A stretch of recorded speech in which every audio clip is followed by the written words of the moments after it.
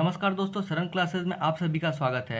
जैसा कि आप सभी जानते हैं कि बिहार दरोगा और बिहार एसएससी के मेंस एग्जाम में हिंदी का पेपर कंपलसरी होता है, जिसमें टोटल 100 सवाल आते हैं और आपको 30 से 35 क्वेश्चन सही करना जरूरी होता है।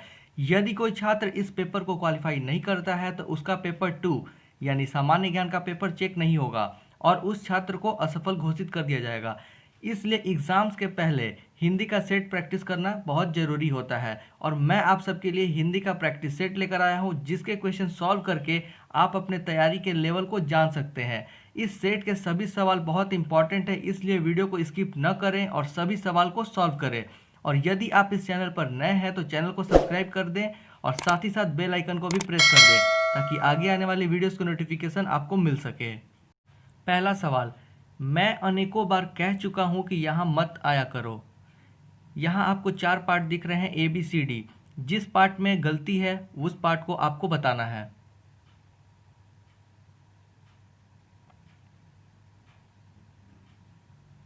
आंसर है ऑप्शन ए, मैं अनेकों। यहाँ पर अनेकों वर्ड जो है वो गलत है। आंसर हो जाएगा मैं अनेक बार कह चुका हूँ कि यहाँ मत आया करो, यानी कि आंसर है ऑप्शन ए। अगला सवाल, निम्नलिखित शब्दों में से स्त्रीलिंग शब्द का चयन कीजिए। हंस, उल्लू, गिद्ध और चील, इन चारों शब्द में से कौन सा शब्द स्त्रीलिंग है उसे बताइए।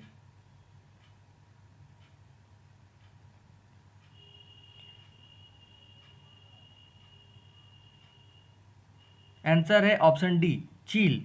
चील शब्द स्त्रीलिंग होता है और बाकी हंस, उल्लू, गिद्ध ये सारे पुल्लिंग शब्द हैं। अगला सवाल, जो समझ में न आ सके उसे क्या कहेंगे। अनेक शब्दों के लिए एक शब्द।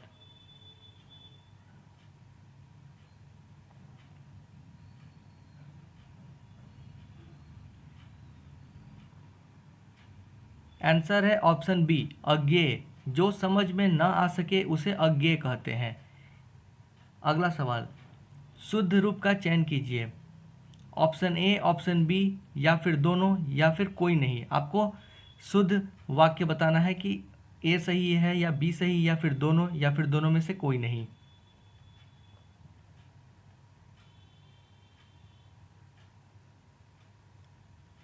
आंसर है ऑप्शन बी, हमें एक दूसरे की सहायता करनी चाहिए। ऑप्शन ए गलत है, केवल ऑप्शन बी सही हो जाएगा। हमें एक दूसरे की सहायता करनी चाहिए। अगला सवाल, निम्नलिखित में से कौन सा वाक्य शुद्ध है। इसमें भी आपको दो ऑप्शन दिए हैं, ए, बी या फिर दोनों में से कोई नहीं।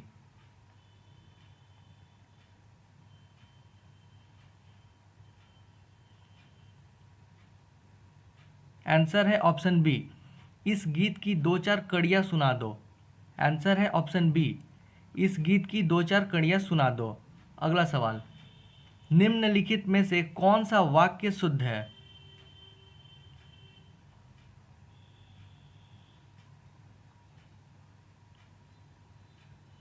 आंसर है ऑप्शन डी, देश की वर्तमान व्यवस्था ठीक नहीं है। यहाँ 4 ऑप्शन दिए हैं, चारों में से 3 में कहीं ना कहीं कुछ त्रुटि है, परंतु ऑप्शन डी बिल्कुल ही सही है। देश की वर्तमान व्यवस्था ठीक नहीं है। अगला सवाल, निम्नलिखित शब्दों में से शुद्ध वर्तनी वाला शब्द इंगित करें। षड्यंत्र किस प्रकार लिखा जाता है वो आप बताएं।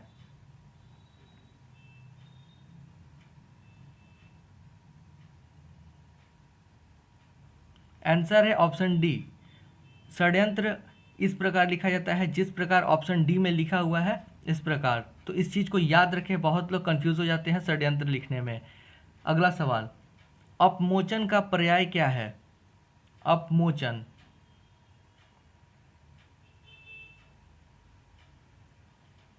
आंसर है ऑप्शन बी, निस्तार। अपमोचन का पर्याय हो जाएगा निस्तार।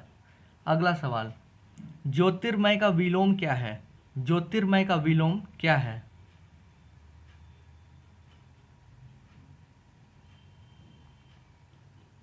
आंसर है ऑप्शन बी, तमोमय। ज्योतिर्मय का विलोम है तमोमय। अगला सवाल, जो हर काम में देर लगता हो, यानी कि जो हर काम देरी से करता हो उसे हम क्या कहेंगे। 1 वर्ड है ये, अनेक शब्दों के लिए एक शब्द।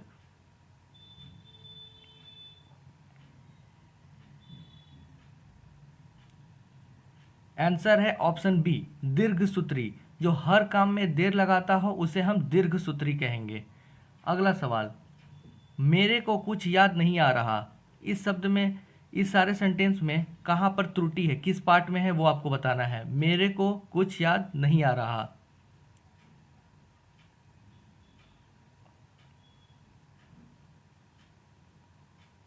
आंसर है ऑप्शन ए, मेरे को ना होकर के यहाँ मुझे होगा, मुझे कुछ याद नहीं आ रहा। अगला सवाल, निम्नलिखित शब्दों में से पुल्लिंग शब्द का चयन कीजिए। उड़ान, कल्पना, घटना, आविष्कार, इन 4 शब्दों में से कौन सा शब्द पुल्लिंग है?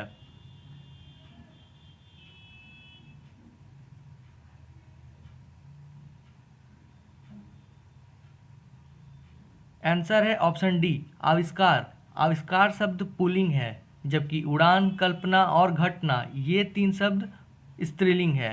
याद रखिएगा, आविष्कार शब्द पुल्लिंग होता है। अगला सवाल, ग्रामोन्नति शब्द बना है, संधि विच्छेद आपको बताना है कि ग्रामोन्नति शब्द किस प्रकार बना है, किन किन के जुड़ने से ग्रामोन्नति बनता है।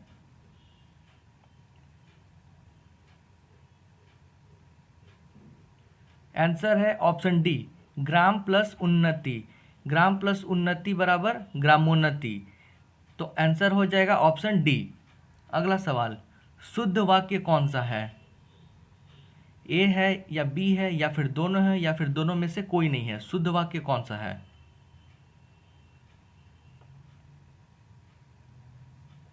आंसर है ऑप्शन सी, ए और बी दोनों। उसे मृत्यु दंड मिला है, ये भी सही है, और उसे अर्थ दंड मिला है, ये भी सही है। यानी कि आंसर हो जाएगा ऑप्शन सी, ए और बी दोनों। अगला सवाल, सुनक का पर्याय क्या है? सुनक।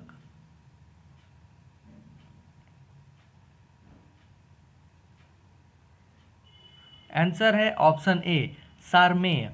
सुनक का पर्याय है सारमेय, यानी कि आंसर है ऑप्शन ए।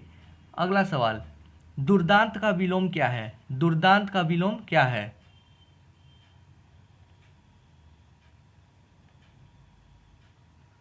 आंसर है ऑप्शन डी, शांत। दुर्दांत का विलोम होता है शांत। आंसर हो जाएगा ऑप्शन डी। अगला, वह व्यक्ति जिसका आत्मा एवं परमात्मा में विश्वास न हो। अनेक शब्दों के लिए एक शब्द बताइए। वह व्यक्ति जिसका आत्मा एवं परमात्मा में विश्वास न हो, वह व्यक्ति क्या कहलाएगा?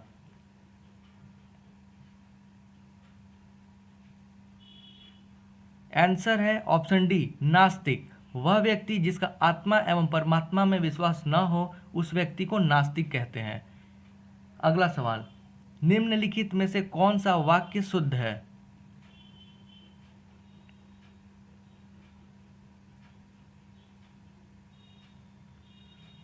आंसर है ऑप्शन ए, यहाँ गाय का शुद्ध दूध मिलता है। यह वाक्य बिल्कुल ही सही है। बाकी तीनों वाक्य बी सी डी में कहीं ना कहीं कुछ त्रुटि है, इसलिए आंसर हो जाएगा ऑप्शन ए, यहाँ गाय का शुद्ध दूध मिलता है। अगला सवाल, निम्नलिखित शब्दों में से शुद्ध वर्तनी वाला शब्द इंगित करें। आशीर्वाद किस प्रकार लिखा जाता है, उसे आप बताएं कि शुद्ध वर्तनी कौन है। ऑप्शन ए, बी, सी या फिर डी। आशीर्वाद किस प्रकार लिखा जाएगा?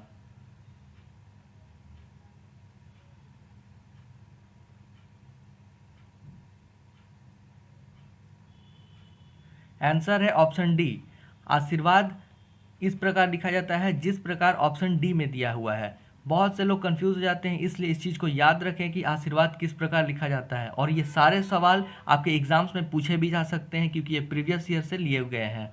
अगला सवाल, कौतुक का पर्याय क्या है? कौतुक, कौतुक का पर्याय क्या है?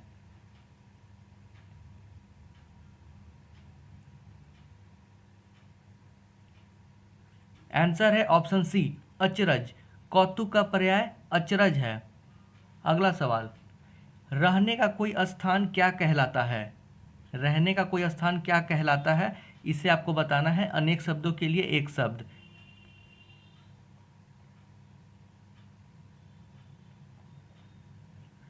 आंसर है ऑप्शन ए, आवास। बहुत लोग कंफ्यूज हो गए होंगे आवास और गृह में, लेकिन आंसर है ऑप्शन ए, आवास। रहने का स्थान को हम आवास कहते हैं। अगला सवाल, निम्नलिखित शब्दों में से व्याकरण शुद्ध वर्तनी वाला शब्द इंगित करें। निसंदेह किस प्रकार लिखा जाता है, शुद्ध वर्तनी क्या है वो आप बताइए। 4 ऑप्शन दिए हुए हैं A B C D। निसंदेह किस प्रकार लिखा जाएगा वो बताएं।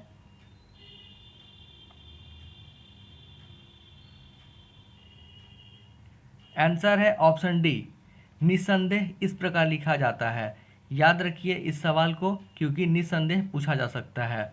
अगला सवाल, निम्नलिखित में से कौन सा वाक्य शुद्ध है। 4 वाक्य दिए हुए हैं, इस चारों में से जो वाक्य पूर्ण रूप से शुद्ध है उसे बताना है।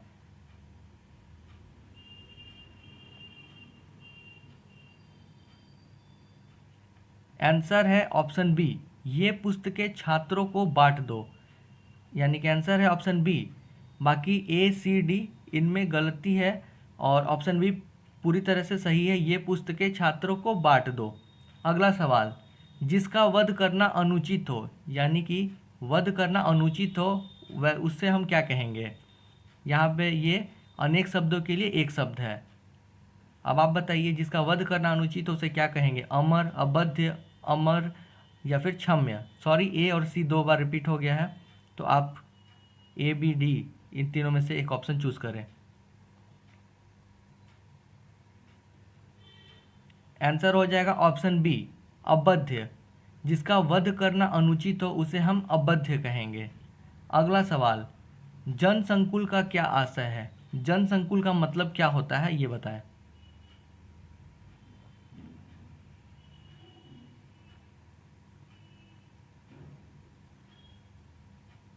आंसर है ऑप्शन बी, भीड़ भरा।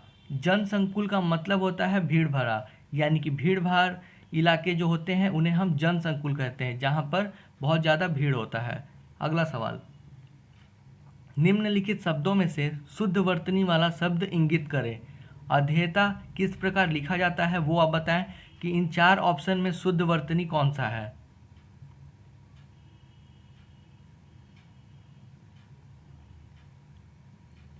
आंसर है ऑप्शन सी, अध्येता। ऑप्शन सी जिसमें जैसे ऑप्शन सी में दिया है ठीक इसी प्रकार अध्येता को लिखा जाता है। अगला सवाल, निभ्रांत का विलोम क्या है। निभ्रांत का विलोम क्या है।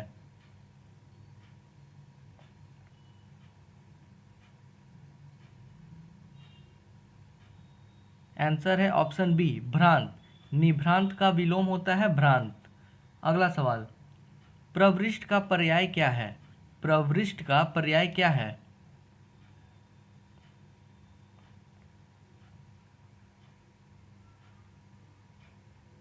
आंसर है ऑप्शन ए, प्रवर। प्रविष्ट का पर्याय होता है प्रवर, यानी कि आंसर हो जाएगा आपका ऑप्शन ए, प्रवर। अगला सवाल, जो दूसरों के सहारे जीवित रहे। यहाँ पर आपको अनेक शब्दों के लिए एक शब्द बताना है। जो दूसरों के सहारे जीवित रहे उसे क्या कहते हैं।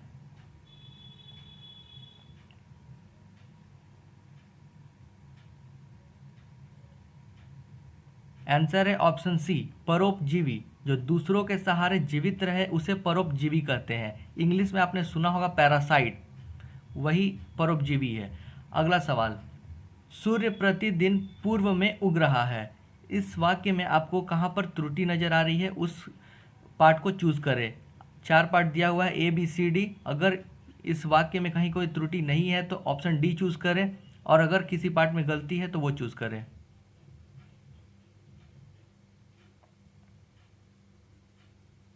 आंसर है ऑप्शन सी, उग रहा है।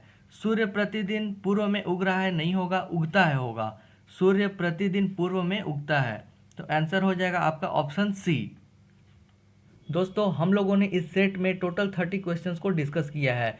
अब आपको अपने तैयारी का लेवल पता चल गया होगा। यदि आपके 20 से ज़्यादा सवाल सही हुए तो अच्छी बात है, और यदि 20 से कम सवाल सही हुए तो आपको थोड़ी मेहनत करने की आवश्यकता है, ताकि 20 से अधिक आप स्कोर कर सके और सेफ जोन में रहे।